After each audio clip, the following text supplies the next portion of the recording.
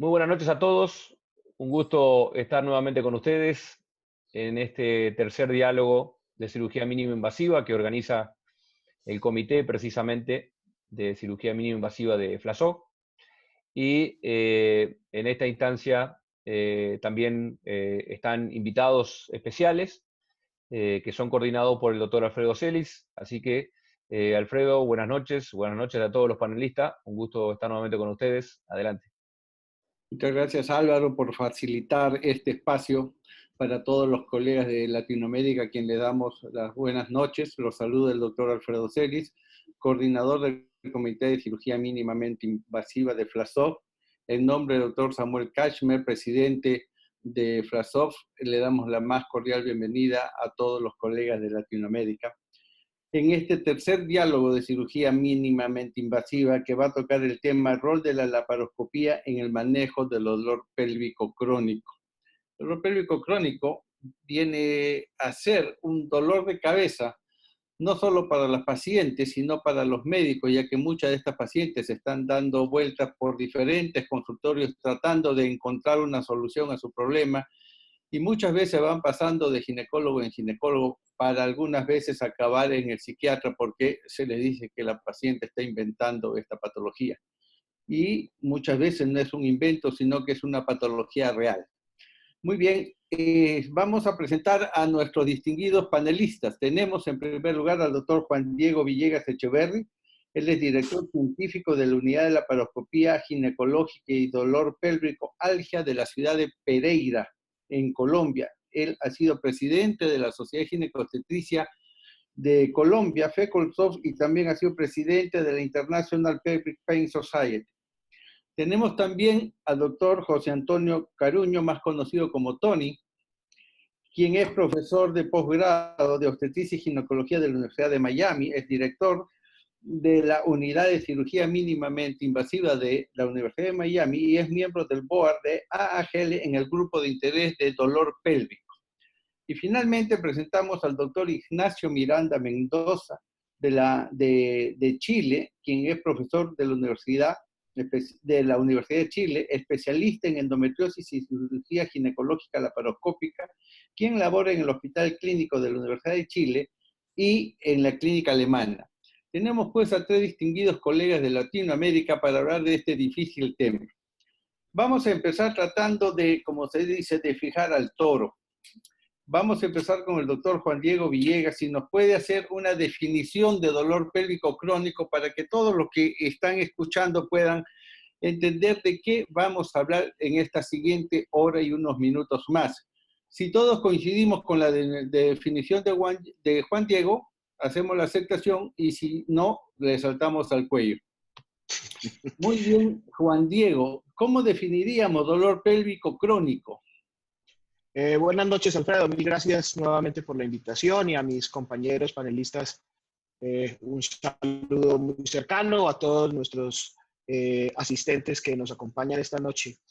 Empezar diciendo que la definición de dolor pélvico crónico es el dolor no cíclico que ha estado por más de 3 meses y que se localiza en una parte anatómica muy amplia que incluye la pared abdominal por debajo del ombligo, la pelvis y el periné, la región lumbosacra y la cadera, y que es suficientemente severo como para hacer que las pacientes busquen ayuda médica o tengan una discapacidad asociada a su dolor. Decir que la dismenorrea quiere decir que el dolor pélvico cíclico no hace parte de la definición, aunque es un signo y un síntoma muy importante en estas pacientes que tienen esta patología. Se dice, como parte de la definición, en relación a dolor pélvico cíclico mayor de 6 meses también constituye dolor pélvico crónico. ¿Cuál es su opinión al respecto? Yo creo que una de las grandes dificultades del dolor pélvico crónico es que ni siquiera estamos de acuerdo en la definición. Cuando uno saca el dolor cíclico de la definición, lo que está haciendo es intentando agrupar unas patologías puramente reproductivas dentro de una bolsa de las causas que pueden producir dolor pélvico. Es importante la diferenciación entre el dolor cíclico y no cíclico porque definitivamente el dolor cíclico es el que más se relaciona con las causas reproductivas y es probablemente el que más mejora con el tratamiento médico hormonal que hace que las pacientes estén en amenorrea y tengan menos síntomas asociados a la menstruación. ¿Algún comentario, Tony? Sí, yo estoy de acuerdo con el doctor Villegas en separar el dolor pélvico cíclico del no cíclico, porque eso me presenta dos pacientes totalmente distintas. Cuando yo veo una paciente con dolor cíclico, como bien dice el doctor Villegas, estoy de acuerdo con él, es la gran mayoría de las veces de origen ginecológico, del órgano reproductivo, y la gran mayoría de las veces igual cede con tratamiento hormonal, o bueno, después discutimos los tratamientos, pero me engloba la paciente en el grupo ginecológico. Cuando el dolor es no cíclico, me abre un abanico totalmente distinto de patologías, e incluso comienzo a pensar que es algo que debo manejar desde el punto de vista multidisciplinario, que no solamente yo soy el que tiene la capacidad de hacer el diagnóstico, el tratamiento de esta paciente con dolor no cíclico. Muy bien. Ignacio, ¿algún comentario? Sí, bueno, primero que nada agradecer un poco la invitación a los panelistas, y yo estoy de acuerdo con lo que dice el doctor Juan Diego. Claramente el dolor tiene que ser no cíclico, si no se mezcla y cuesta entender hacia dónde va la patología, y ahí va un poco las causas que vamos a discutir después, que no solamente son ginecológicas, urológicas, gastroenterológicas, musculoesqueléticas, etcétera.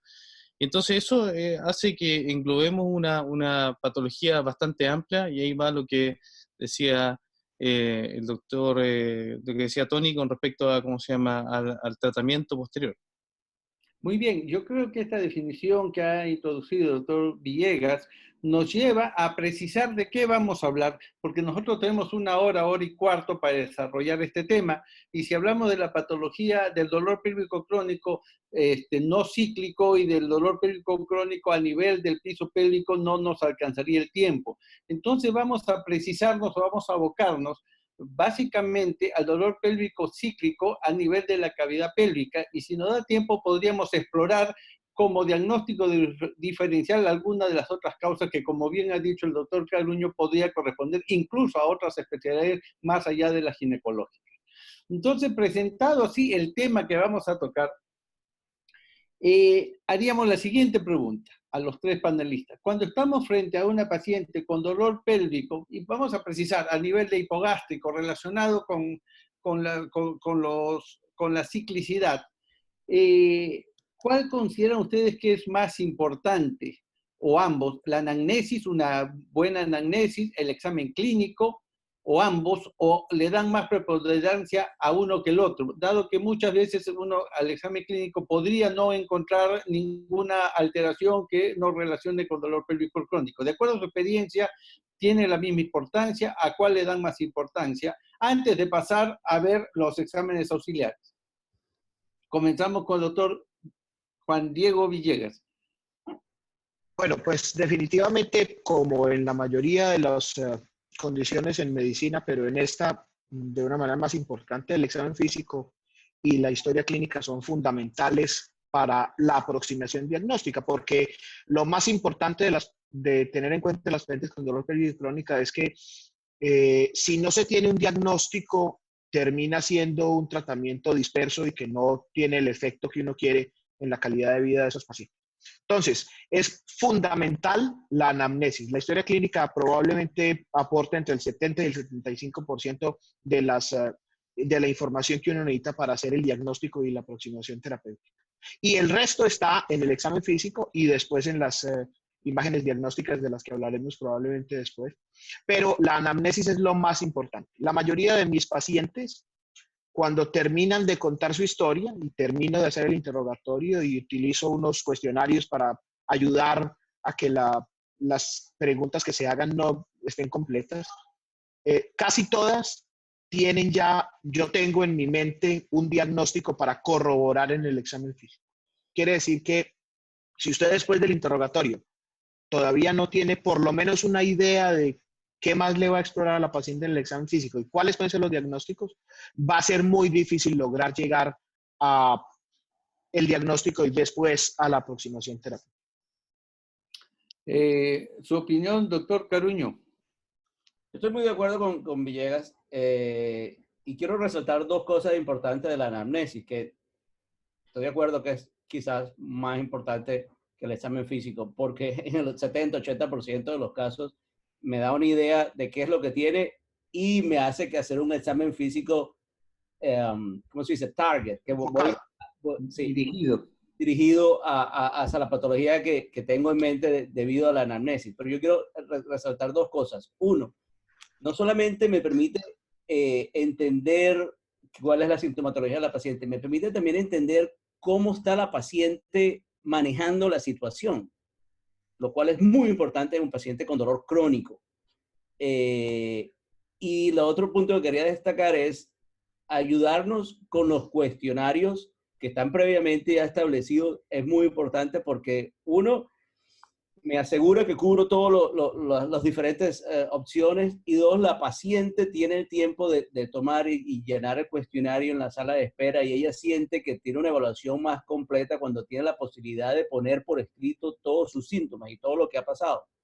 Para eso la IPPS, la Sociedad Internacional de Patología de Dolor Pélvico, tiene unos cuestionarios muy buenos que están disponibles para download gratis, y están en inglés y en español también. Hay una opción, un cuestionario de 11 páginas de largo, muy completo, que yo recomiendo profundamente. Lo uso en mi práctica clínica y recomiendo su uso. Ignacio, ¿algún comentario al respecto? Sí, bueno, me uno, claramente la anamnesia, el examen físico es fundamental. Yo creo que también lo fundamental es que, como decía el doctor Caruño y el doctor Villegas, esta paciente que llega tiene una alteración emocional. Alrededor como un 50% de las pacientes viene con una alteración psiquiátrica muy importante por el dolor crónico. En general es difícil abarcar todas las cosas generalmente en una visita, y hay veces que hay que separarla en 2 visitas. Por eso como el ocupar cuestionarios para, ¿cómo se llama?, de repente hacer que la planificación ¿cómo se llama?, de la historia clínica sea mejor, es fundamental. Y el examen físico yo considero que es fundamental, porque nos permite ir orientando realmente después hacia dónde son los puntos críticos y qué es lo que nos va a dar un poco lo que va a la cirugía mínimamente invasiva, si que tiene un rol quirúrgico el tratamiento en este tipo de pacientes. Hacíamos esta pregunta porque consideramos que en este tipo de patología lo que se acaba de mencionar es sumamente importante. La anamnesis y el examen pélvico complementario tienen y cobran una importancia tremenda, porque muchas veces se cae en la costumbre, pues, de que la consulta no debe durar más allá de 15 o 20 minutos, y este tipo de pacientes necesitan más tiempo. En promedio, doctor Villegas, ¿cuánto tiempo le toma hacer una anamnesis en una paciente catalogada de dolor pélvico crónico? Alfredo, hay una cosa importante de este tema, y es que yo quiero decir que yo tengo práctica donde no tengo tiempo limitado para ver a las pacientes. Quiere decir, yo no tengo pacientes de primera vez que tienen dolor pélvico crónico. Yo estoy en un sistema de salud donde la exigencia en general es que debería haber una paciente cada 20, máximo 30 minutos. Eso quiere decir que hay varias posibilidades para poder enfrentarse con eso. La primera es tener información antes de que la paciente llegue a la consulta, y como ya dijo Ignacio y Tony, los cuestionarios son fundamentales. Usted, si la paciente llega con el cuestionario lleno, usted simplemente sabe lo que está buscando, chequea lo que dice el cuestionario, y en unos 2 o 3 minutos tiene una idea general de un montón de información que está en el cuestionario. La segunda cosa es que algunas pacientes son tan complejas que lo que hay que hacer no es simplemente intentar meter todo en una sola consulta, sino que usted puede pensar en dividir la consulta. Es decir, le voy a hacer primero la aproximación de la anamnesis, y en una segunda visita voy a hacerle el examen físico. Pero es importante decir que en mi práctica diaria yo tengo una obligación con el sistema donde no tengo tiempo ilimitado para ver a los pacientes, y cuando uno se ayuda de herramientas como por ejemplo los cuestionarios, eso hace que usted pueda optimizar el tiempo que tiene para intentar ver el número de pacientes que finalmente tiene en la agenda.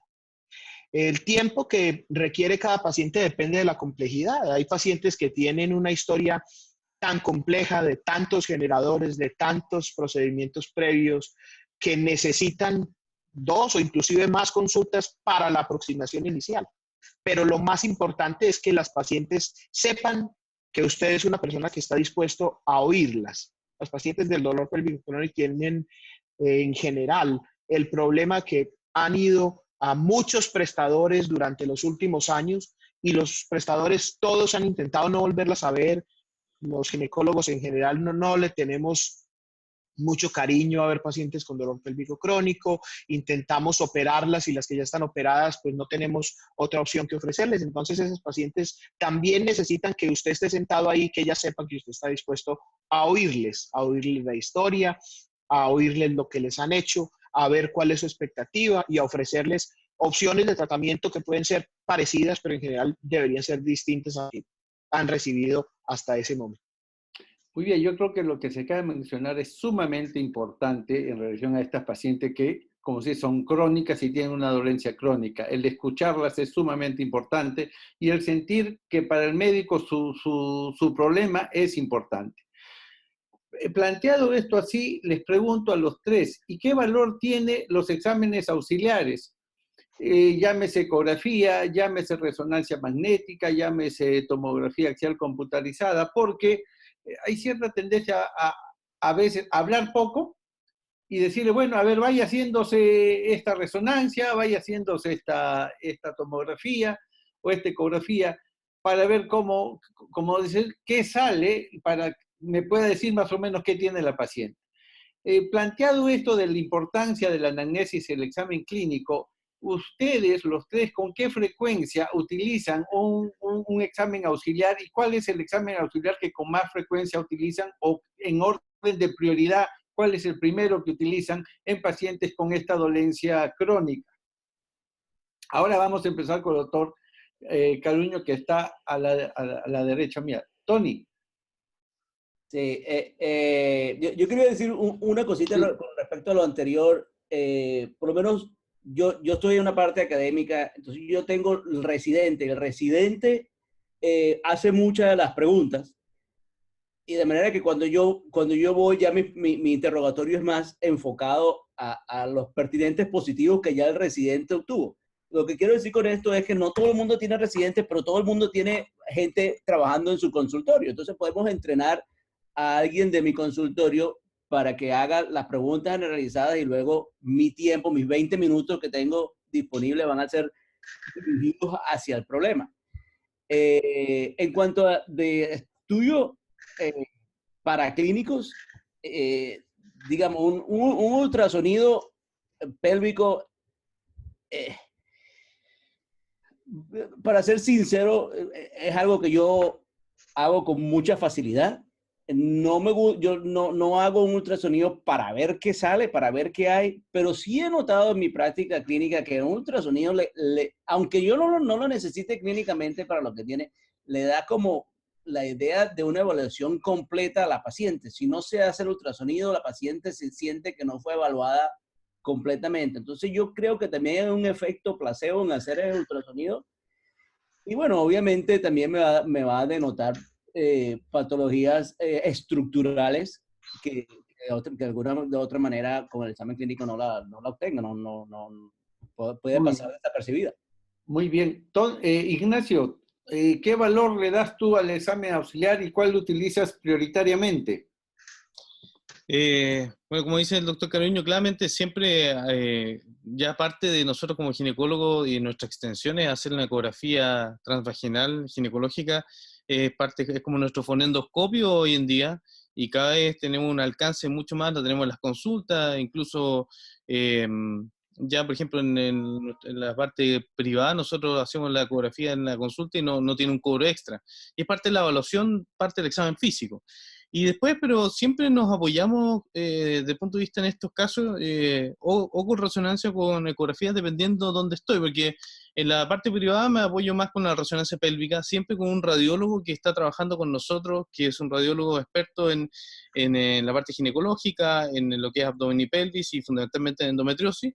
Y también con la eco transvaginal extendida, que es como se llama, también lo vemos también en la clínica, pero en el hospital la desarrollamos más porque tenemos más acceso. La resonancia nos cuesta un poco más, dado que tiene un valor más alto. Pero en general, si tengo la oportunidad con un buen radiólogo, aquí va a ser fundamental, y siempre lo discutimos, que es operador dependiente ambos, y es fundamental tener un experto para poder hacer ese examen, y por eso yo las mando dirigidamente a ciertos lugares. Da lo mismo, uno puede tener una resonancia, de repente una tremenda resonancia, y en realidad no tiene un experto que la evalúe, realmente no tiene el mismo significado. Muy bien. Tanto el doctor Caruño como el doctor Miranda han mencionado que es importante para completar la evaluación de una paciente con dolor pélvico crónico la realización de algún examen auxiliar. ¿Cuál es su opinión al respecto, doctor Villegas? ¿Usted también considera que terminada la anamnesia y el examen clínico, la paciente debe ir a un examen auxiliar o con alguna frecuencia usted solamente con la anamnesis y el examen clínico dice esta paciente tiene tal cosa y va a recibir tal tratamiento? Quiero posicionar el lugar del examen auxiliar en la evaluación completa de estas pacientes. Nosotros, especiales, que somos un centro de remisión y entrenamiento, entonces yo realmente veo muy pocas pacientes que dan ya una ecografía transvaginal, abdomen y pelvis, resonancia con y sin contraste, 2 tomografías, una electromiografía, un estudio de columna, y además la han visto 4 o 5 personas más. Pero en esas pacientes que no son tan frecuentes, pero que también aparecen, que son, van por primera vez y no han tenido mucha exploración. Yo creo que lo que dice Tony es correcto. Eso diríamos que una ecografía transvaginal no se le niega a nadie. Eso, las pacientes casi todas o todas tienen en su evaluación una ecografía transvaginal. Yo creo que hay que dividir, Alfredo, los grupos de diagnóstico. Las pacientes que tienen una patología reproductiva, y dentro de la patología reproductiva hablemos fundamentalmente de la endometriosis y de la endometriosis infiltrativa profunda, que es pues la patología que más retadora desde el punto de vista clínico y quirúrgico para los ginecólogos.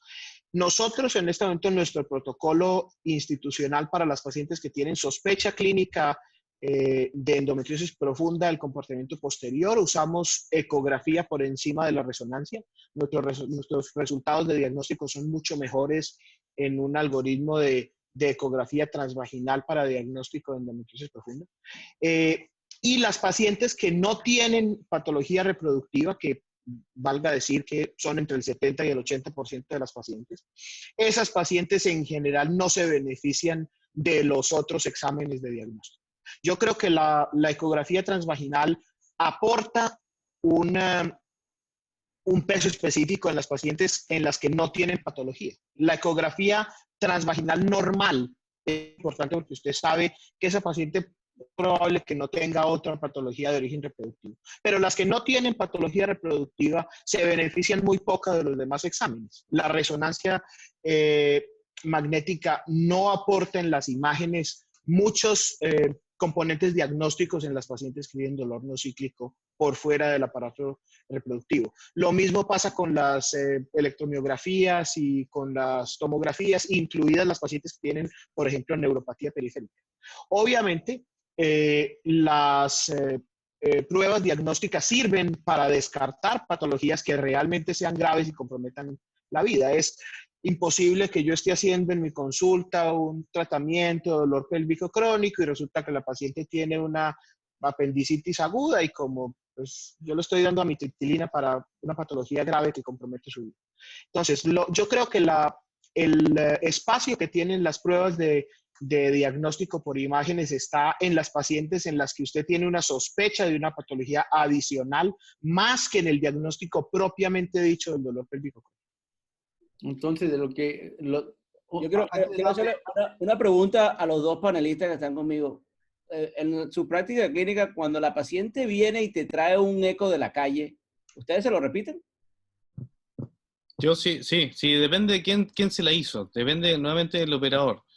Y por eso yo decía lo mismo, si viene una resonancia que no es de un operador experto en resonancia, yo ocupo el compact, lo veo yo, y pido una segunda opinión al radiólogo experto que trabaja con nosotros. Sí, yo creo igual que Ignacio, depende de quién lo haya hecho y quién lo haya leído. Hay unas imágenes que uno dice, pues no importa el reporte, esta paciente tiene algo más y necesita una lectura adicional o que le repitan el examen. Depende fundamentalmente de los síntomas y las patologías que estamos buscando y de la persona que lea el examen. Nosotros tenemos el mismo problema con las resonancias. Muchas de las resonancias terminan en unos cortes de más de 15 o 20 milímetros. El corte no es por el sitio que debería ser. Terminan siendo unas imágenes iguales o más malas que una tomografía, que uno sabe que ese examen, así esté normal, pues precisamente el corte del sigmoides no está, entonces usted no sabe si ahí hay un nódulo o no. Entonces, depende fundamentalmente de qué tenga la paciente y dónde se hizo el examen y quién lo lee. Muy bien. Hemos avanzado casi media hora del tiempo que tenemos y a partir de este momento vamos a ser más concretos porque ya hemos hecho la parte introductoria del tema. Entonces las intervenciones van a ser más concretas, promedio 1 minuto para dar respuesta a muchas de las preguntas que todavía tenemos. Es frecuente que cuando estamos frente a una paciente con dolor pélvico crónico, sobre todo cíclico, la primera o la mayoría de colegas piensa que lo que tiene esta paciente es endometriosis. Estamos hablando de paciente en edad reproductiva.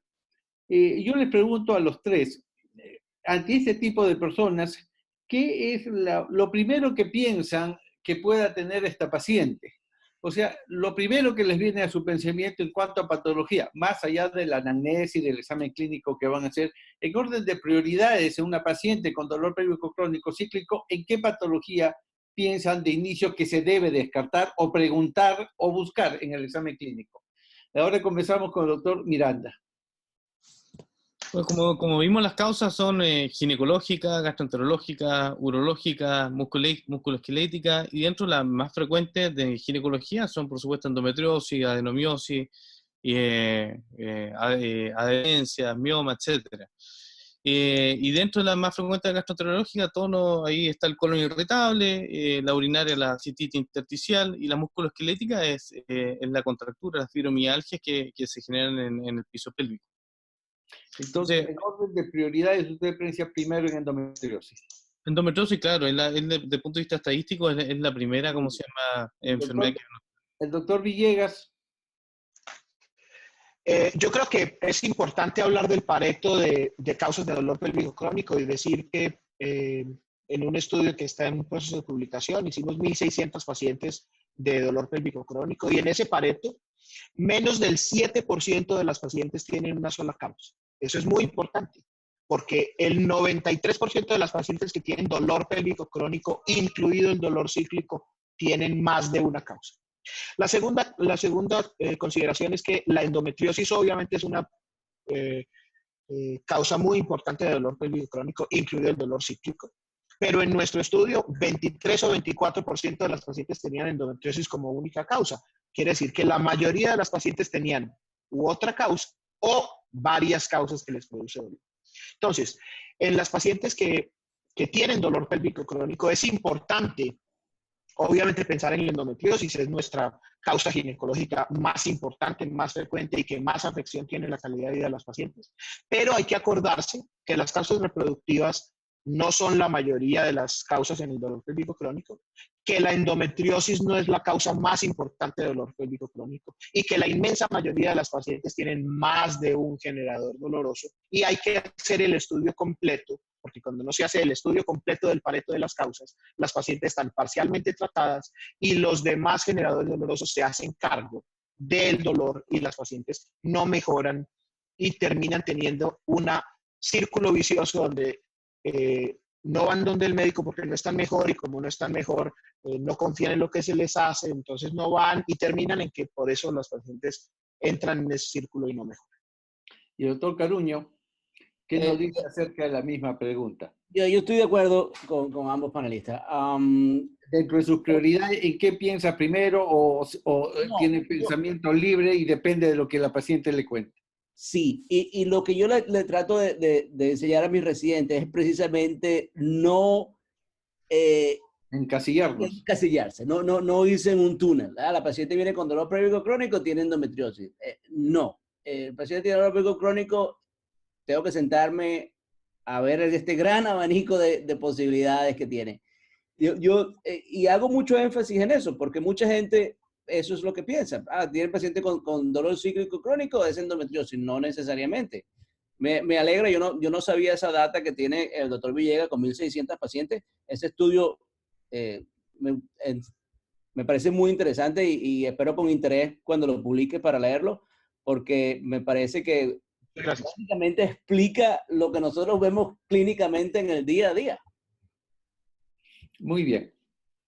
Se ha dicho que dentro de la evaluación del dolor pélvico crónico, dentro de la evaluación de estas pacientes, la anamnesis, el examen clínico y los exámenes auxiliares, básicamente se ha mencionado la ecografía, que son necesarios para tener más o menos una certeza de qué es lo que tiene la paciente.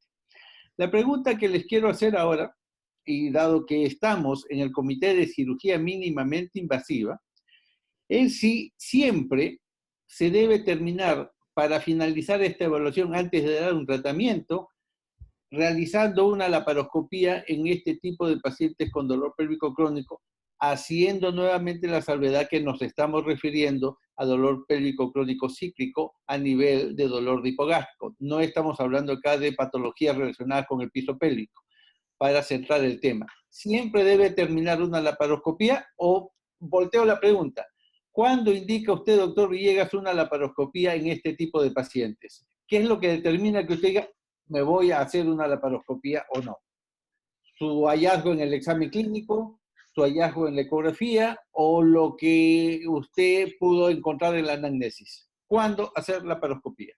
Yo creo que esa pregunta es fundamental para las pacientes con dolor pélvico crónico, Alfredo, porque hay que saber que antes la laparoscopia era el pilar fundamental del diagnóstico de las pacientes. Y hoy, primero que todo, la laparoscopia diagnóstica no se debería hacer más, no tiene utilidad.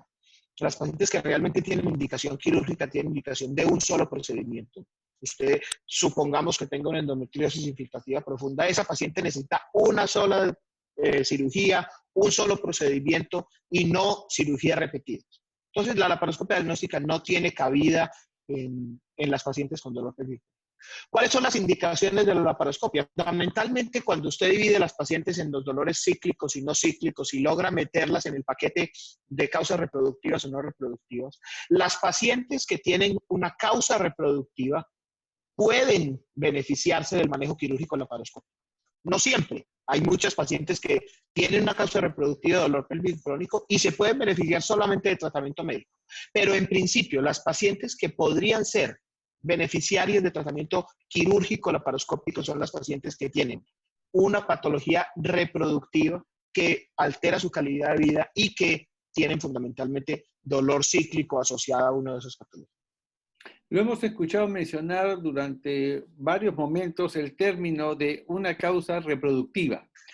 Para los diferentes colegas que están escuchándonos en este momento, quisiéramos que usted precise a qué se refiere cuando dice si tenemos o estamos pensando en una causa reproductiva. ¿A qué nos estamos refiriendo? Un paciente que tiene un origen de su dolor desde el útero, sus trompas y los ovarios y el peritoneo que recubre la cavidad pélvica. Esas pacientes que tienen un origen de los órganos reproductivos y esa es la causa del dolor pélvico. Ah, muy bien.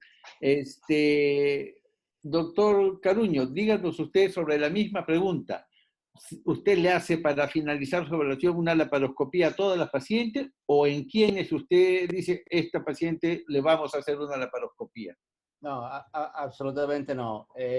Yo dejo la laparoscopía y de hecho, clínicamente he cambiado en el tiempo. Si usted me hubiese hecho esta pregunta hace 10 años, mi respuesta probablemente hubiese sido sí. Pero a medida que me pongo más viejo, como que le tengo más miedo a la sala de operaciones. Y no, yo reservo la laparoscopia, uno, para la paciente que tiene una patología estructural, tiene un mioma, tiene un quiste de ovario, tiene una patología que yo la veo y voy a operar para resolver el problema. Y dejo la que antiguamente era la laparoscopia diagnóstica para la paciente que después de haber tratado médicamente por un periodo, y varía el periodo, dependiendo de la paciente, la que me va a decir qué tan rápido quiere su laparoscopia porque falló al tratamiento médico. Entonces, para resumir, laparoscopia para la paciente que tenga patología estructural comprobada o para la paciente que me falle el tratamiento médico. Ignacio, ¿cuándo la laparoscopía? Claro, y claramente yo creo que eso es el cambio fundamental, lo que habla el doctor Caruño, ¿cómo se llama? Y el doctor Villegas, que cambió en la medida que tenemos mejores exámenes, mejores evaluaciones imagenológicas, la laparoscopía va en segundo plano, la cirugía laparoscópica, independiente que cirugía mínimamente invasiva, tiene complicaciones, entonces en la medida que tenemos mejores imágenes, trasladamos entonces toda la laparoscopía diagnóstica, la dejamos en como segunda opción. Y principalmente la orientamos a dolor pélvico crónico cuando tenemos alguna, como dice el doctor Caruño, cuando tenemos alguna patología estructural anatómica. Vemos, por ejemplo, pacientes que han tenido los coils, por ejemplo, ¿cómo se llama? Por Shure, por otras, por síndrome congestión venosa, mallas que han generado retracción, lesiones, ¿cómo se llama? Ovárica, adenomioma, mioma, etcétera. En ese contexto, endometriosis, en ese contexto entonces tenemos una causa estructural y vamos a hacer una laparoscopía que es diagnóstica y terapéutica.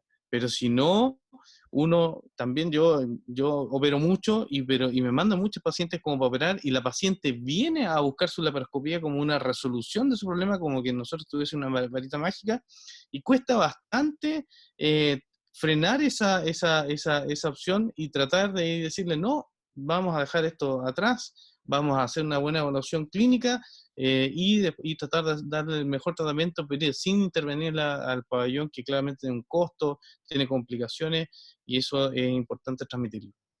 Muy bien, vamos a complicar esto un poco con una pregunta que les quiero hacer. Ustedes han manifestado que si en la evaluación clínica, ya sea en el examen clínico, en la ecografía, encontramos una patología determinada, debe ir a la laparoscopía. Llámese un endometrioma, llámese una endometriosis profunda que es susceptible de ser diagnosticada por ecografía o por resonancia magnética. Pero la endometriosis es una enfermedad bizarra. Puede haber una endometriosis severa y la paciente no tener dolor, y puede haber una endometriosis mínima o leve, o sea, una endometriosis peritoneal, y la paciente tener muchísimo dolor. Y es probable que si esta paciente con endometriosis peritoneal o de estadios iniciales que tiene mucho dolor, en la ecografía o en la resonancia no podamos encontrar ninguna patología que nos haga suponer que esta paciente amerite hacerle una laparoscopía. Entonces, en este tipo de pacientes relacionadas a endometriosis superficial, donde la ecografía y la resonancia tienen, diríamos, menor, no importancia, sino menor capacidad de diagnóstico, sería la anamnesis la que nos llevaría a hacer de todas maneras una laparoscopía, en el entendido de que probablemente en el examen clínico pudiéramos no encontrar mayor patología. No sé si se dejó entender la pregunta. Juan Diego. No, déjame, sí. Ya te ganaron, Juan Diego. Vamos, Tony. No, básicamente la paciente que estás describiendo es la paciente, todos saben, primero, punto claro, todos sabemos que la endometriosis no se relaciona con la sintomatología. A todos nos ha pasado que tenemos la paciente que tiene una lesión de 1 milímetro, se la quitas y le quitas todo el dolor, y tiene la paciente que viene por alguna otra razón y te consigues la sorpresa de que tiene estadio 4 endometriosis. A todos nos ha pasado eso. Pero la paciente que estás describiendo tú es la paciente, mi alternativa B, es esa paciente con la endometriosis que me falla el tratamiento médico, entonces la que va a cirugía. Juan Diego. Pues yo creo que no todas las pacientes que tienen endometriosis tienen dolor y no tienen dolor tienen endometriosis. Así es. Entonces, yo creo que la sintomatología, el diagnóstico y las expectativas que se tengan con respecto al tratamiento. Yo estoy de acuerdo con Tony, cada vez hacemos más tratamiento médico y les ofrecemos más a las pacientes la posibilidad de recibir tratamiento médico, inclusive antes de la decisión final del manejo quirúrgico. ¿Cómo hacemos para que estas pacientes que tienen endometriosis y que no se expresan mucho en cuanto a este examen clínico o examen auxiliar, no se nos puedan escapar del diagnóstico y del tratamiento adecuado? ¿Cree usted que con el tratamiento médico es suficiente? Lo que pasa es que uno tiene que tener clara la meta del tratamiento. Las pacientes que tienen dolor pélvico crónico tienen una meta fundamental y no es la curación. Las pacientes que tienen dolor pélvico crónico tienen una meta fundamental y es que tener una mejoría en su calidad de vida, tener una vida social, sexual, laboral y física normales, pero eso no quiere decir que la propuesta terapéutica sea la curación.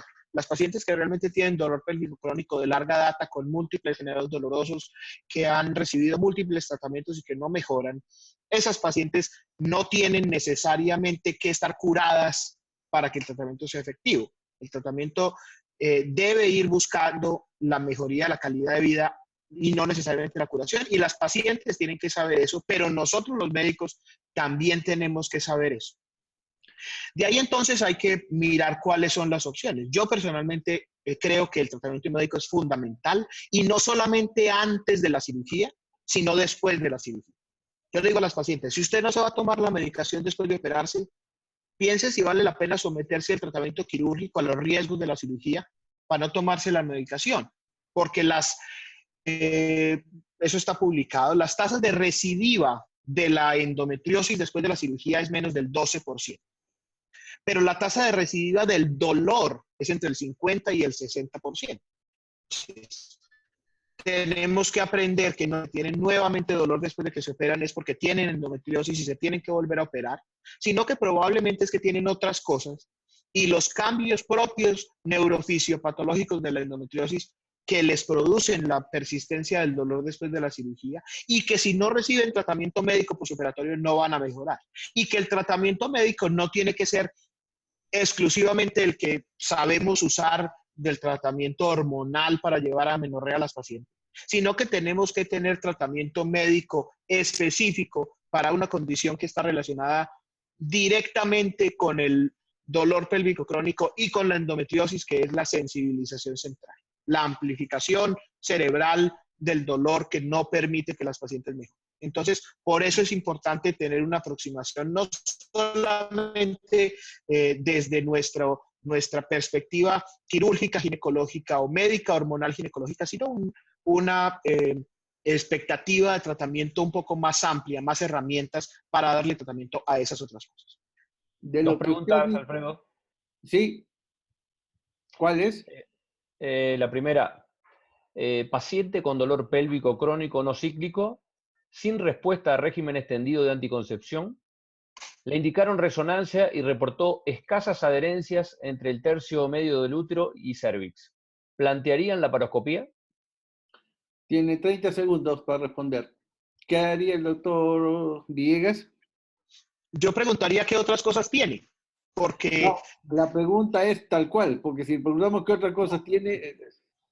Por eso, la consideración es si ella tiene otra patología, habría que buscar otra patología. Yo personalmente no llevo a la laparoscopia a una paciente que tenga dolor pélvico crónico y sospecha de adherencias. Hoy son pacientes que no mejoran, ya hay estudios controlados que demostraron que la adhesiolisis no sirve en las pacientes que tienen dolor pélvico crónico, y si mi único diagnóstico, yo no la llevaría a tratamiento quirúrgico, sino que probablemente buscaría la posibilidad de encontrar otros diagnósticos. Okay. 30 segundos. Tony, si esa paciente que tiene adherencias tuviera esas adherencias asociadas a endometriosis, ¿pensarías en operarla de acuerdo a la pregunta que han hecho o no? Ah, si tiene endometriosis es distinta, pero las adherencias que duelen son las adherencias que duelen son las que envuelven el intestino, no del útero a la vejiga. Entonces, esa particularmente no la llevaría. Ok. Tercio medio del recto con cervix, aclara la doctora Fernández. Adherencias tercio medio del recto a cervix. Podría entenderse como que está pegado el recto al cervix, ya es otra situación, ¿no? A lo mejor eso es lo que tiene ¿cómo se dice? Obliterated cul-de-sac. El cul-de-sac está obliterado con endometriosis. Es otro. Ese es otro tema. Si se refiere a que está adherido el colon al cervix, es diferente a decir que tiene adherencias. Ignacio, ¿tú qué plantearías en ese escenario? Principalmente, si el examen físico tiene un dolor en el tracto rectovaginal, quizás, pero tal como se dijo antes, nuevamente la adherencia, yo creo que ir a una laparoscopia solo de adherencia lisis no tiene sentido por la hernia pélvica, salvo que tenga un punto crítico, como se llama, que podría sospechar. Acaba de colocar la doctora ahí que no tiene el fondo de saco obliterado, solamente al parecer hay una adherencia del recto al cervix. Bueno, entonces ya se ha contestado que no la llevarían a la laparoscopía, sino que indagarían qué otras causas de dolor podría tener. El doctor Caruño y el doctor Villegas han dicho que pensando que la paciente tiene endometriosis, generalmente inician el tratamiento con tratamiento médico. Y al parecer, si esto fracasa, van a la laparoscopía. La pregunta es, ¿qué hacer si esta paciente, en la cual yo sospecho que tiene endometriosis, se alivia con el tratamiento médico? ¿La llevo igual a la laparoscopía o le continúa el tratamiento médico? Comenzamos contigo, Ignacio. No, si tiene una buena respuesta al tratamiento médico, yo mantengo control cada 3 meses, después cada 6 meses, después cada año, depende, se va distanciando, pero si tiene un buen tratamiento con la parte hormonal, no hay ningún problema. Lo único que yo planteo una cosa, si es que, por ejemplo, esa paciente no tiene un buen tratamiento con anticonceptivo, yo hay veces que ocupo los análogos GRH, y si tiene una buena respuesta, ¿cómo se llama?, a los análogos GRH, pienso que es algo más de, ¿cómo se llama?, de la parte reproductiva. Muy bien, vamos a hacer otra pregunta dentro del mismo contexto. Como hemos manifestado y como se ha manifestado acá, la endometriosis es una enfermedad bizarra.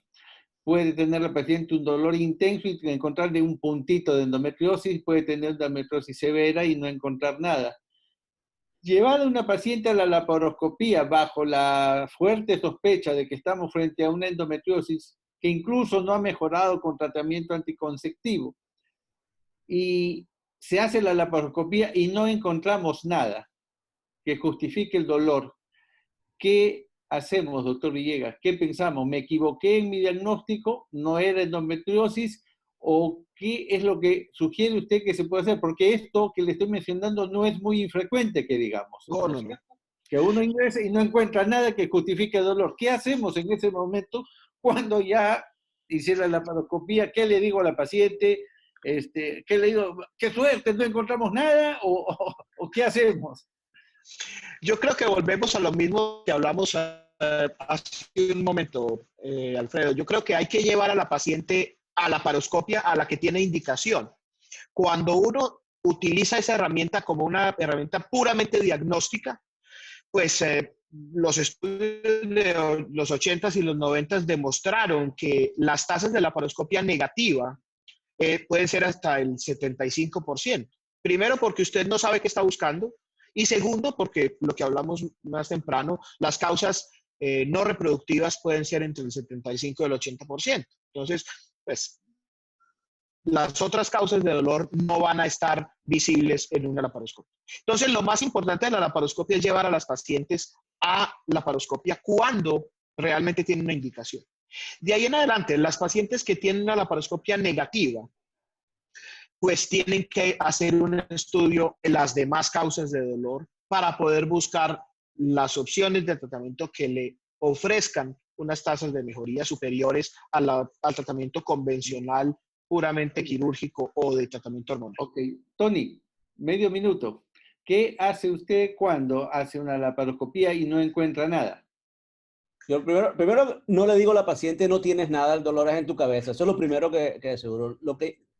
La manera como yo le digo al paciente es, tú no tienes nada estructural que se pueda de haber diagnosticado en la laparoscopia, pero sigues teniendo dolor pélvico.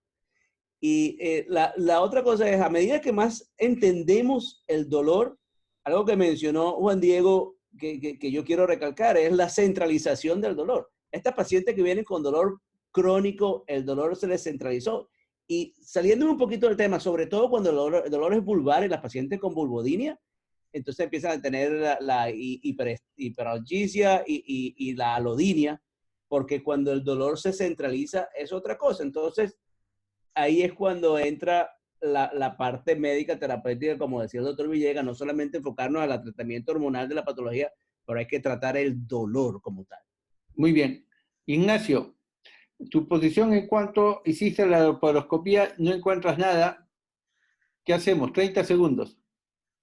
Nuevamente significa que tiene otra causa, ahí va lo mismo, hacer ver siempre causas ya que de repente nos cuesta encontrar. Hay veces, por ejemplo, la parte del abuso sexual, o en ese contexto hay veces que la paciente no lo relata en las primeras visitas, y hay veces que hay que reinterrogar, pero significa que nos falta ver cuál es la causa real. Muy bien, yo les voy a hacer una pregunta a los tres sobre lo mismo. El hecho que no encontremos nada en la laparoscopía, ¿descarta totalmente que esta paciente pueda tener endometriosis? Y la pregunta es, no encontrándose nada, ¿recomendarían algún tipo de biopsia de los sitios más frecuentes de endometriosis, llámese ligamento uterosacro, uno o los dos lados, a la búsqueda de endometriosis de infiltración que no se haga evidente? Hay diferentes reportes en los cuales no se ve la endometriosis, pero cuando se hace una sección y se envía, la patología es respondida como focos de endometriosis o los hallazgos relacionados con endometriosis. Entonces la pregunta concreta es, al no encontrarse nada, ¿estaría justificado hacer algún tipo de biopsia de aquellas zonas que consideramos más frecuentes de asiento de la endometriosis? ¿Qué dice el doctor Villegas? ¿Qué dice el doctor Caduño? ¿Qué dice el doctor Ignacio Miranda? Sobre esa pregunta puntual, 20 segundos. La endometriosis no se relaciona, como dijo Tony, con la localización, no se relaciona con los síntomas, ni la gravedad de los síntomas con la gravedad de la enfermedad. Yo solamente tomaría una biopsia por una razón. Las pacientes que tienen dolor pélvico crónico están expuestas a que cuando van de médico en médico y de sitio en sitio y de centro en centro, siempre hay alguien que les dice, es que usted nunca había estado en un sitio donde sí le hagan el diagnóstico de endometriosis y donde sí le hagan la cirugía que usted necesita. Y yo sé que usted tiene endometriosis, así los otros doctores que la han operado 5 veces antes le digan que no la tiene. Entonces, la biopsia sirve en las pacientes que tienen una laparoscopia negativa y que no tienen ningún otro hallazgo, sirve para descartar la enfermedad. Quiere decir, paciente ya, usted le puede decir, señora, tiene otras causas, pero usted hoy puede saber que no tiene endometriosis porque ya le hicimos esta cirugía y aquí está la biopsia que dice que no la tiene, y la posibilidad que usted le dé una endometriosis después de que yo le haya hecho esta cirugía y no tenga en la biopsia es muy... Entonces, esa es la única utilidad real que tiene la biopsia de pacientes que tengan una laparoscopia negativa. Y de salir positiva también decir, bueno, sí, a pesar de que no se vio, hemos encontrado estos infiltrados, en el caso que se encontrara. Supuesto negado que pudiera ser así. Tony, 30 segundos. ¿Recomiendas o no hacer una biopsia en aquellas pacientes pensando, porque tú entraste pensando que tenía endometriosis, no se encontró, ¿recomiendas hacer una biopsia?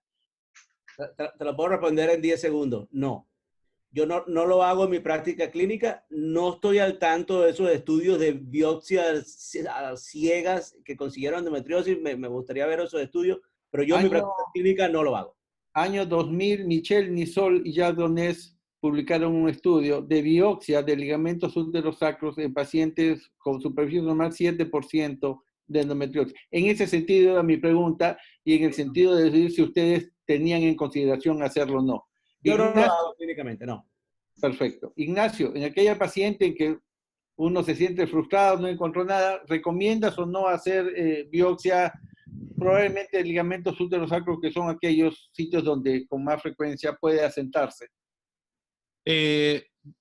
Claro, del aspecto técnico, netamente, ya cuando uno hace una laparoscopía, uno debería aprovechar al máximo esa laparoscopía, independiente que fue buena, fue mala, pero si ya tiene el laparoscopio adentro, debería hacer una buena exploración, ver la cavidad abdominal, ver los distintos órganos abdominales, cúpulas diafragmáticas, bajar a la pelvis y hacer una exploración completa, incluso grabar un video, cosa de, como dice el doctor Villegas, poder transferir esa información a otros centros donde, ¿cómo se llama? Y en ese contexto yo sí le daría una biopsia peritoneal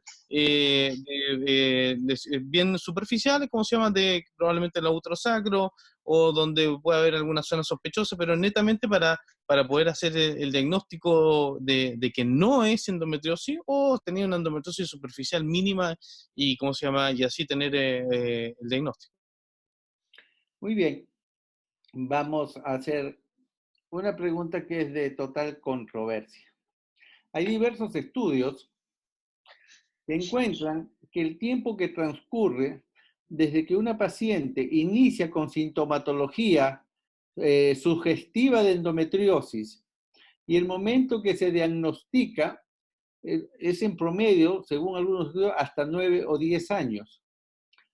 Y esto es más frecuente en mujeres más jóvenes o adolescentes, porque se piensa que la mujer adolescente, o en general la mujer joven, la menstruación debe ser dolorosa, por un lado, como parte normal de la menstruación, y por la renuencia a hacer una laparoscopía en mujeres muy jóvenes, con el riesgo de que, siendo esta una enfermedad progresiva, podamos hacer el diagnóstico en etapas más severas de la enfermedad. Bajo esta premisa y presentado esto así, ¿cuál es la conducta que tienen ustedes en una paciente adolescente con dolor pélvico crónico en quienes ustedes sospechan que pueda tener endometriosis?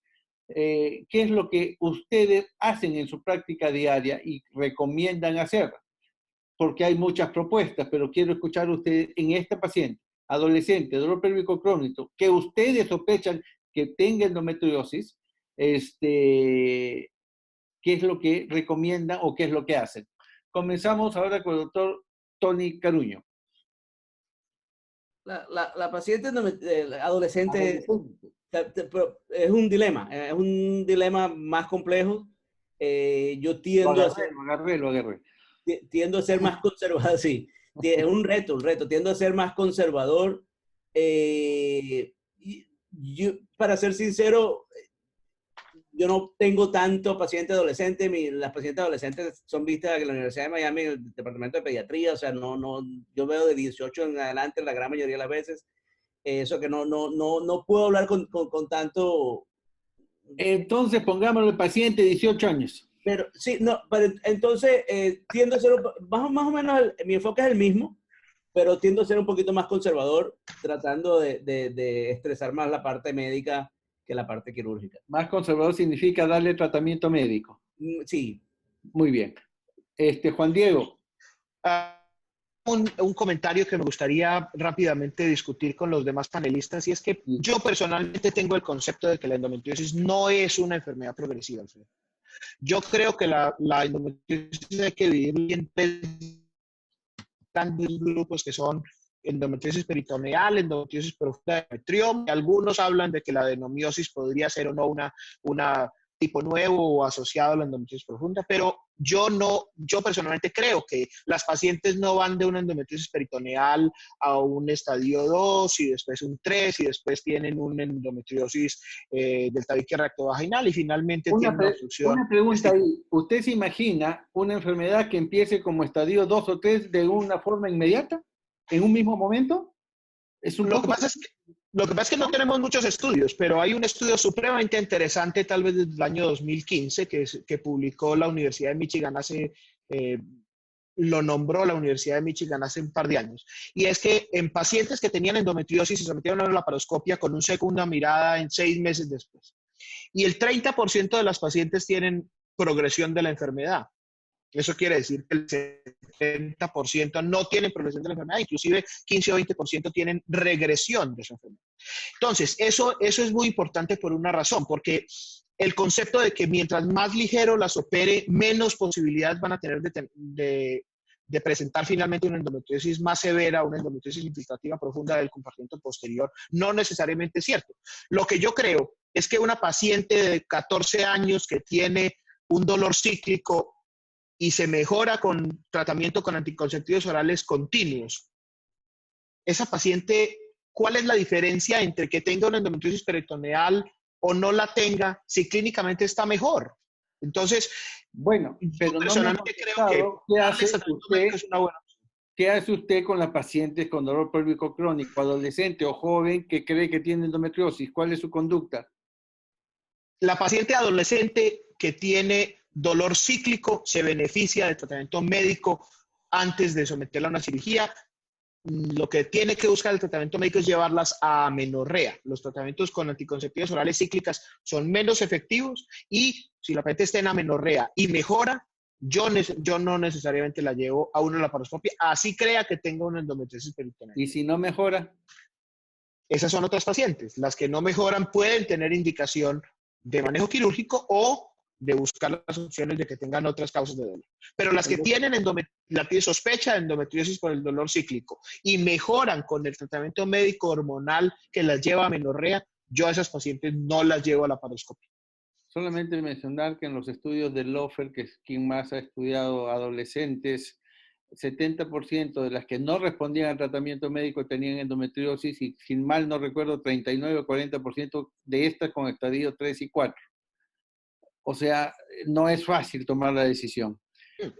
Ignacio, sobre lo mismo, paciente adolescente o joven con dolor pélvico crónico, sugestivo o que tú crees que tiene endometriosis, ¿cuál es tu conducta? Nuevamente, yo también con respecto al estudio de Lofer, entonces 2 puntos. 1, endometriosis adolescente y 2, la progresión de la enfermedad. En adolescente, si el tratamiento médico es acorde y tiene una buena respuesta, no tiene ninguna indicación de una cirugía.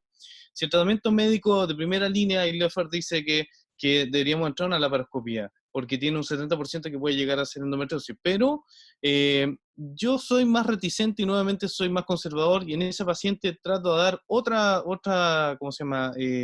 Segunda línea de tratamiento hormonal que van los análogos GnRH, por lo menos un pulso de 3 meses y ver la respuesta. Si tiene buena respuesta... ¿En adolescentes también?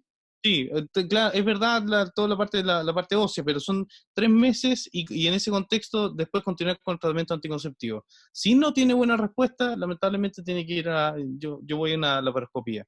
Ahora, con respecto a la progresión, ahí va un poco la parte de la progresión. Yo creo que como todas las enfermedades, ustedes ven bien, de distinta índole, nuestra índole de ginecología, miomas, quistes, etcétera, las enfermedades no son progresivas en forma constante, no son una pendiente constante, sino que pueden estar mantenidas, el sistema inmunológico las mantiene y de repente tienen escape según cómo sea el ambiente, etcétera. Hay varios puntos que nos faltan de estudio. Entonces, en ese contexto, yo estoy de acuerdo, la cirugía no, aunque sea citorreductiva, no va a prevenir que siga hacia adelante. Por eso, el tratamiento de la cirugía de endometriosis es citorreductiva, pero desde el punto de vista sintomatológico, no para prevenir qué va a pasar después. Entonces es importante tener ese concepto de que la laparoscopia no me va a prevenir de, ¿cómo se llama?, de que esa enfermedad se vuelva severa, sino que me va a decir esta paciente, ojo, sigámosla, tengamos un seguimiento acotado y en el minuto que si llega a tener una endometriosis profunda, tratarla en forma quirúrgica. Muy bien, los tres han coincidido en que esta paciente adolescente con dolor sugestivo endometriosis debe ir a tratamiento médico. La pregunta es, siendo esta una paciente joven, ¿y cuánto tiempo le vamos a dar tratamiento médico? Esta es la pregunta del millón. 6 meses, 1 año, 2 años, 3 años, 5 años, le doy 3 meses, descanso 2, le doy 1 año, descanso 3. ¿Cuánto tiempo y cómo le damos este tratamiento médico? Yo personalmente, Alfredo, les ofrezco lo siguiente. Las pacientes, además, no solamente están con tratamiento médico hormonal, la mayoría de mis pacientes están con tratamiento médico hormonal y además un medicamento para la sensibilización central. Pero las pacientes que no tienen intención obstétrica van a estar con medicación hasta que tengan su intención obstétrica. Quiere decir, si la paciente tiene 16 años y no va a embarazarse hasta los 30, va a estar 14 años tomando anticonceptivas idealmente de manera continua. Y si no son anticonceptivas, otra opción que les produzca amenorrea. Yo uso con mucha frecuencia del sistema intrauterino de levonorgestrel porque las tasas de amenorrea son muy altas y a esos pacientes ese progestaje no, les funciona muy bien. Entonces, mi respuesta es, ¿hasta cuándo, doctor, me va a tomar las pastas? Hasta la siguiente cita. Y la siguiente cita veremos, pero en principio son por tiempos muy prolongados. Tony, De hecho, Juan Diego, tiempos muy hay prolongados. una Sí, pregunta. ahorita le damos paso a la pregunta. Muy cortito, Tony, ¿cuánto tiempo recomiendas tú? Igual, el tiempo es indefinido. Ahí es cuando Indefinido. el dispositivo intrauterino con hormona tiene un valor importante. Aún en adolescentes. Aún en adolescentes. Ignacio, Lo ¿cuánto mismo, tiempo? Lo mismo. claramente continuo, como si fuera un tratamiento para hipertensión, para diabetes, el tratamiento de endometriosis. Muy bien. ¿Cuál es la pregunta, Álvaro? No, ya lo respondió Juan Diego, precisamente que era en el manejo del dispositivo levorador de levogestrel, si es así, en qué caso, y él ya lo contestó. Sí, Hay otra, incluso en adolescentes. Sí, otra pregunta. así es.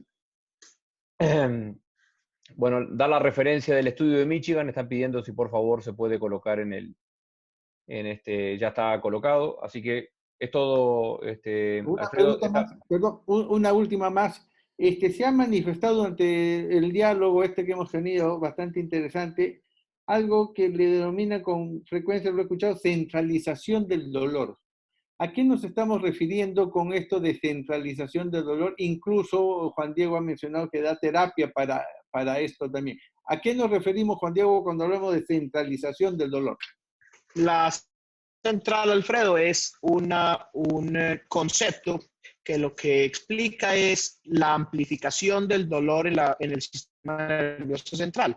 Las pacientes cada vez necesitan menos estímulo o ni siquiera necesitan estímulo para tener una respuesta de un tamaño desproporcionado en el sistema nervioso central que hace que el dolor sea mucho más grande que el factor causal y que además sea mucho más difícil de tratar porque esas pacientes no responden a la terapia convencional de dolor agudo. Entonces, esas pacientes se benefician del tratamiento médico que disminuya la amplificación en la sensibilización central y además de tratamiento no médico como la terapia psicológica, por ejemplo, la terapia cognitivo-conductual.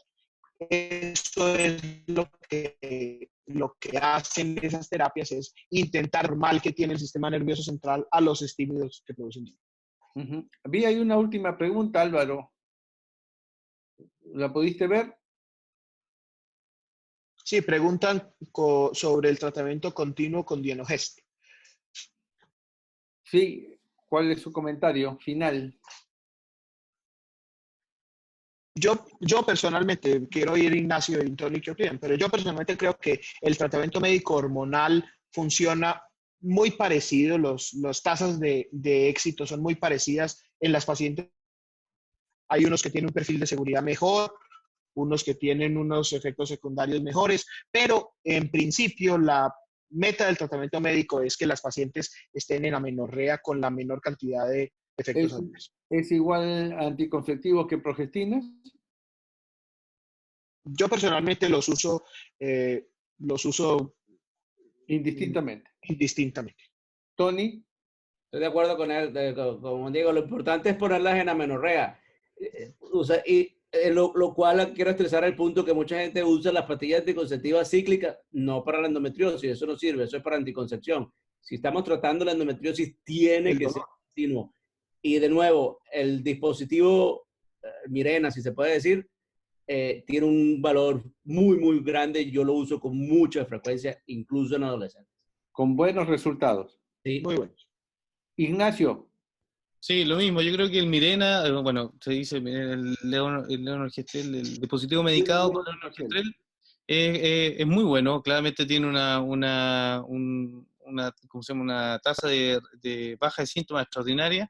Los anticonceptivos combinados fundamentalmente en la endometriosis ovárica, y ahí están los papers de Bercellini con respecto a la disminución teóricamente de la residuo. Y ese el dolor central yo creo que es fundamental, es algo que probablemente como ginecólogo no lo tenemos, ¿cómo se llama?, interiorizado. Es súper importante. Estas mujeres que han estado expuestas a una tortura crónica, es súper importante el tener este concepto y y usar estos medicamentos como coadyuvantes al tratamiento hormonal. Muy bien, yo creo que ha sido un diálogo sumamente interesante que nos ha permitido precisar ciertos conceptos en cuanto al manejo del dolor pélvico crónico, en cuanto a que no todo es la laparoscopía, que la anamnesis y el examen clínico son sumamente importantes, que en el adolescente y en general en el manejo del dolor pélvico crónico, que se piensa que es endometriosis, la primera alternativa es el tratamiento médico, que el tratamiento médico debe ser utilizado como si fuera una enfermedad crónica, porque es una enfermedad crónica por largo tiempo y continuo, y que si este fracasa, la alternativa del tratamiento quirúrgico. No quiero ahondar más porque el tema no es endometriosis, sino dolor pélvico crónico en general. Y de no haber alguna otra pregunta, Álvaro, ¿podríamos dar por concluido este tercer diálogo? Preguntan qué opinan del uso del Dienogés en caso de endometriosis. Bueno, eso ya se ha contestado. Yo les preguntaría nada más qué opinan del uso de Dienogés en endometrioma. A los 20 segundos. ¿Qué dice Juan Diego? Los estudios demostraron lo que acaba de decir Ignacio. Las pacientes que tienen endometrioma, el manejo postquirúrgico disminuye hasta el 70% la recidiva. Las pacientes que no tienen tratamiento hormonal postoperatorio tienen una tasa de recidiva mayor. Y lo que está recientemente publicado es que desafortunadamente el Mirena es uno de esos que no disminuye la recidiva. Mejoran, tienen menos recidiva las que toman pastas anticonceptivas de manera continua que las que están con un Mirena después del endometrioma. Eso es para la recidiva, pero darle Dienogés, ya que han hablado de este progestágeno, con la intencionalidad de que el endometrioma disminuya de tamaño, Tony. No, yo no creo que haya evidencia de eso. La endometrioma es patología quirúrgica. Ignacio. Sí, yo creo que todos los tratamientos hormonales disminuyen el tamaño, dependiendo, no completamente, pero disminuyen un poco. Lo único que con las progestinas, el Dienogés, es un poco lo que se habló, y en estas pacientes que tienen dolor pélvico desde el punto de vista emocional, hay un 10, un 20% que tienen una labilidad emocional especial con la progestina, y eso hay veces que hay que cambiar el tratamiento a los anticonceptivos combinados. Muy bien, no vamos a hablar más de endometriosis porque vamos a tener otro diálogo de endometriosis, de endometrioma, de adenomiosis, a los cuales los invitamos a participar y ya los estaremos convocando. Álvaro, con esto, si no hay otra pregunta, damos por terminado este tercer diálogo. Perfecto. Sí, adelante. Muy bien, yo quiero agradecer infinitamente a Tony Caruño, a Juan Diego Villegas, a Ignacio Miranda, que apenas yo les escribí para invitarlos a participar de este evento, la respuesta fue inmediata. Yo creo que sus aportes le han dado un gran realce a este evento, y este evento es lo que es por la presencia de ustedes tres. Yo les agradezco infinitamente por su aporte a este diálogo, su experiencia, sus conocimientos, y mi agradecimiento también a Flash2 por darnos la oportunidad de tener este espacio para todos los colegas que a nivel de Latinoamérica hacen cirugía mínimamente invasiva. Hasta nuestro próximo evento, cuarto diálogo, que ya les estaremos comunicando. Muy buenas noches a todos ustedes. Buenas noches, Tony, Juan Diego, Ignacio, Álvaro. Gracias por su presencia. Buenas noches. A ustedes. Mil gracias por la invitación. Muchas gracias por la invitación. Un honor. Muchas gracias por la invitación. Muy bien. Gracias.